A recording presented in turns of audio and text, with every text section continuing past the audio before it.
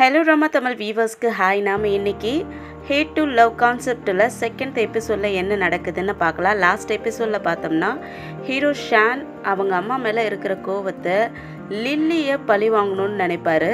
இந்த எபிசோட் ஸ்டார்டிங்லேயே ஷான் அவங்க தங்கச்சியெல்லாம் பார்த்துட்டு அடுத்த நாள் காலையிலேயே லில்லிக்கு பாடிகார்டாக அவங்க வீட்டுக்கு வந்துடுவார்.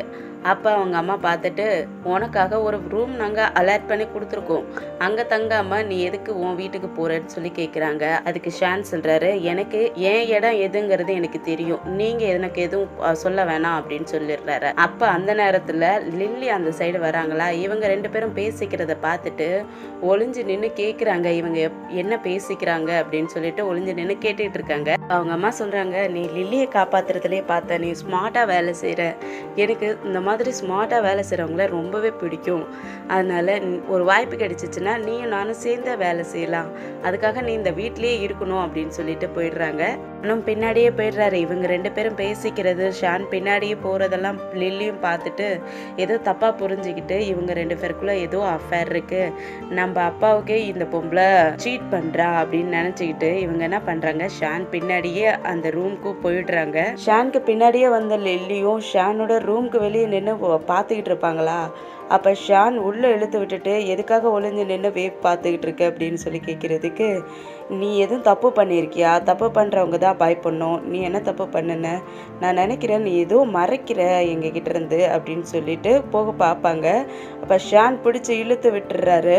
அவங்க பெட்டில் போய் உட்காந்துடுறாங்க. ஆனால் அப்போ பயந்துடுறாங்க. அந்த நேரத்தில் லில்லியோடைய ஸ்டெப் மாம் கூப்பிடுறாங்க ஷானை. இப்போ தான் கூப்பிடுறாங்கல்ல போன்னு சொல்லி லில்லியும் சொல்கிறதுக்கு, நான் போக மாட்டேன் அப்படின்னு சொல்லிட்டு இவங்க ரெண்டு பேத்துக்குள்ளே சண்டை வர ஆரம்பிச்சிருது.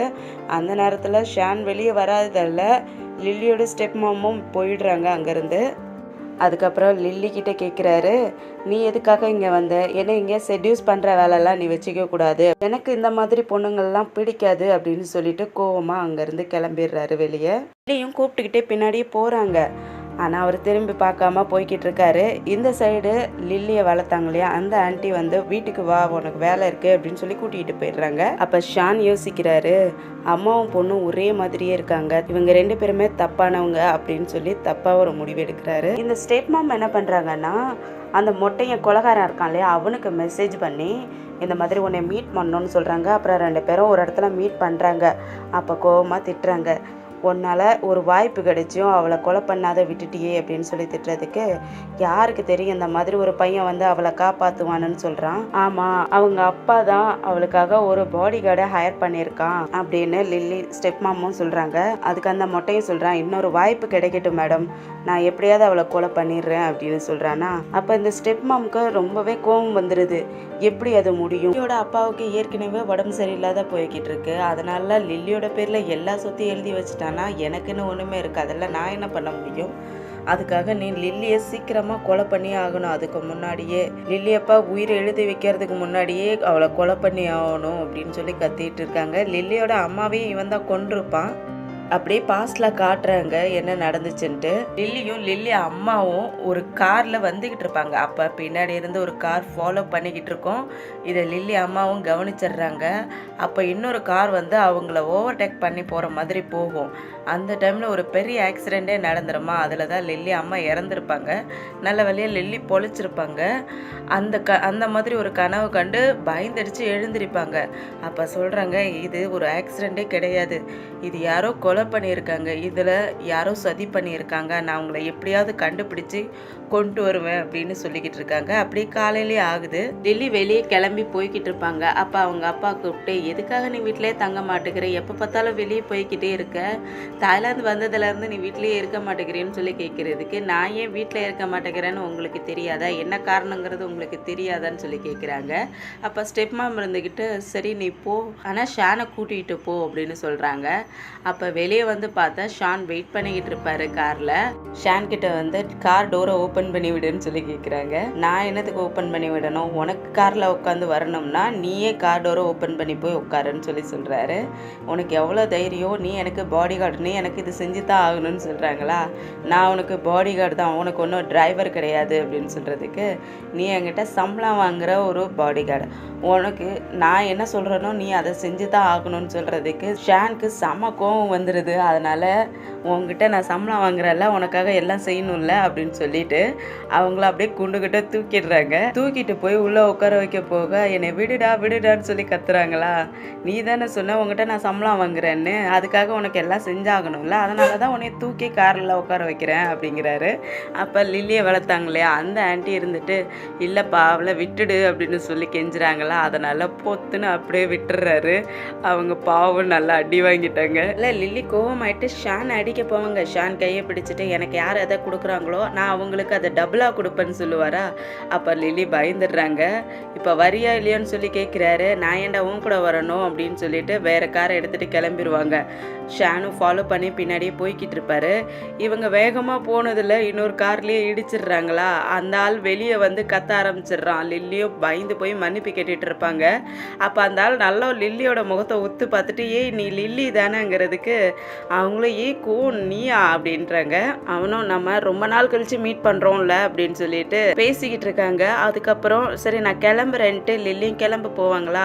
நீ எங்கே போகணும், நானே கொண்டு போய் உன்னை விடுறேன்னு சொல்லிட்டு கோன் என்ன பண்ணுறாரு, அவரோட காரில் லில்லி ஏற்றிக்கிறாரா. இதை ஷான் பார்த்துட்டு இவளும் அவங்க அம்மா மாதிரியே இருக்கா, இவளும் மோசமானவதான் அப்படின்னு சொல்லி ஷான் தப்பாவே லில்லியை நினச்சிக்கிறாரு. ஷானுக்கு அவங்க பாட்டிக்கிட்ட இருந்து கால் வருது. பாட்டி சொல்கிறாங்க, உன் தங்கச்சி சூசைட் பண்ண ட்ரை பண்ணியிருக்கா அப்படின்னு சொல்லவும் ஷான் ஷாக் ஆகிடுறாரு. அப்படியே ஹாஸ்பிட்டலில் காட்டுறாங்க. அப்போ டாவுக்கு ட்ரீட்மெண்ட் பண்ணிக்கிட்டு இருக்காரு ஒரு டாக்டர். அப்போ அவர் சொல்கிறாரு, நான் சின்ன பிள்ளையாக இருந்தப்போ நாங்கள் ரொம்பவே ஏழப்பட்டவங்க. அந்த டைமில் எங்கள் அம்மா ரொம்ப உடம்பு சரியில்லாத இருந்தாங்க. நான் பாட்டில்ஸ் பொறுக்கி தான் எங்கள் அம்மாவை பார்த்துக்கிட்டேன். அப்படி ஒரு டைம் பாட்டில்ஸ்லாம் பொறுக்கிக்கிட்டு இருக்கக்குள்ள ஒரு கார் வந்து என் மேலே இடிச்சிருச்சு. அப்போ அதுலேருந்து லில்லி அம்மாவும் இறங்கி ஓடி வந்து என்னை பார்த்தாங்க. பார்த்துட்டு பாட்டில்ஸ் எல்லாம் எதுக்கு பொறுக்கி வச்சிருக்கப்பான்னு சொல்லி கேட்டாங்க.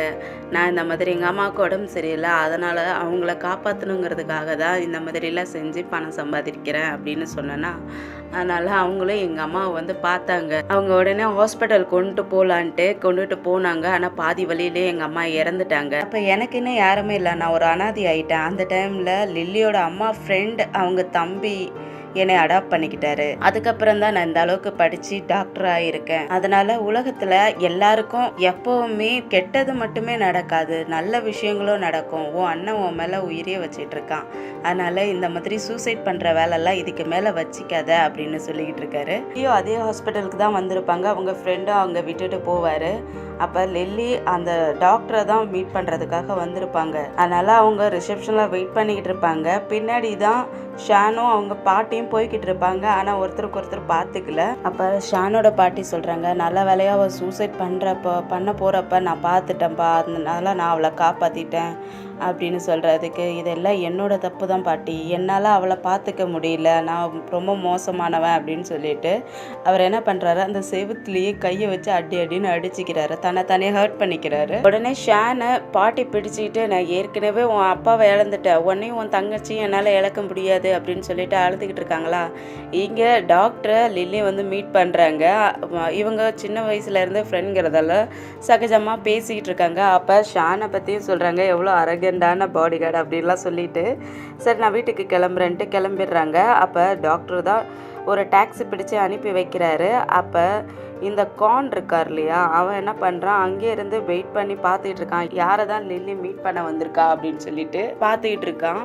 டாக்டரும் லில்லி அனுப்பி வச்சுட்டு உள்ளே போக பார்ப்பாரு. அப்போ அந்த கோன்கிறவன் வந்து நின்றுட்டு டாக்டர் ஏழைங்கிறதால அவரை பிடிச்சி கிண்டல் பண்ணுற மாதிரி பேசிக்கிட்டு இருப்பானா, அதனால் டாக்டர் கண்டுக்காமல் போகலான்னு பார்ப்பாரு. அப்போ அவன் என்ன பண்ணுறான், சட்டையை பிடிச்சி இழுத்து வச்சு சண்டை போட ஆரம்பிச்சிடறான். 2 பேருக்கும் இங்கே சண்டை வந்துகிட்டு இருக்கு. வீட்டுக்கு வந்த உடனே அவங்க அப்பா கேட்குறாரு, ஏம்மா உனக்கு ஏதோ ஆக்சிடென்ட் ஆகிடுச்சுன்னு கேள்விப்பட்டேன், நீ ஏன் ஷானை கூட்டிகிட்டு போகலையான்னு சொல்லி கேட்குறதுக்கு, அதை உங்கள் பாடி கடிக்கிட்டே கேளுங்க அப்படின்னு சொல்லிட்டு அவங்க கோவமாக அவங்க ரூமுக்கு போயிடுறாங்க. அப்புறம் லில்லி அப்பா ஷானை கூப்பிட்டு சொல்கிறாரு, நீ எப்போவுமே லில்லி கூடவே இருக்கணும், அவளை யாரோ கொல்லணும்னு பண்ணணும்னு நினைக்கிறாங்க. அதனால் நீ எப்போவுமே அவ்வளோ ப்ரொடெக்ட் பண்ணணும் அப்படின்னு சொல்ல, சார் இந்த உலகம் எப்போவுமே காம்படிஷனில் போய்கிட்டு இருக்கு.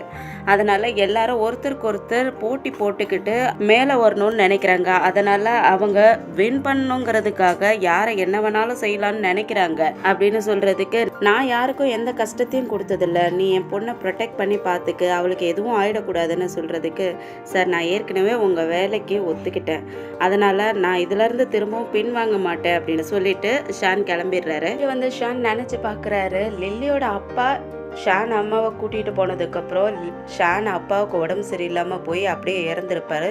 அதுக்கப்புறம் இவங்க 2 பேரும் ரொம்பவே கஷ்டப்பட்டிருப்பாங்க, ஷானும் ஷான் தங்கச்சி. அதெல்லாம் நினச்சி பார்த்துக்கிட்டு, நீங்கள் யாருக்கும் கஷ்டத்தை கொடுக்கலையா, உங்களால் கஷ்டப்பட்டவங்களுக்கு தான் தெரியும், உங்களுக்கு எப்படி தெரியும் அப்படின்னு சொல்லி யோசிச்சுக்கிட்டே அவர் மேலே ரொம்பவே கோவப்படுறாரு ஷான்.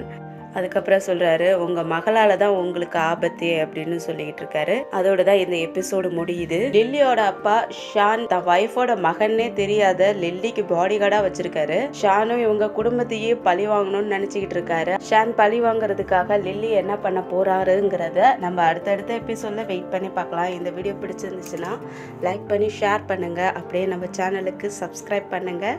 அடுத்த எபிசோடில் சந்திக்கிற வரைக்கும்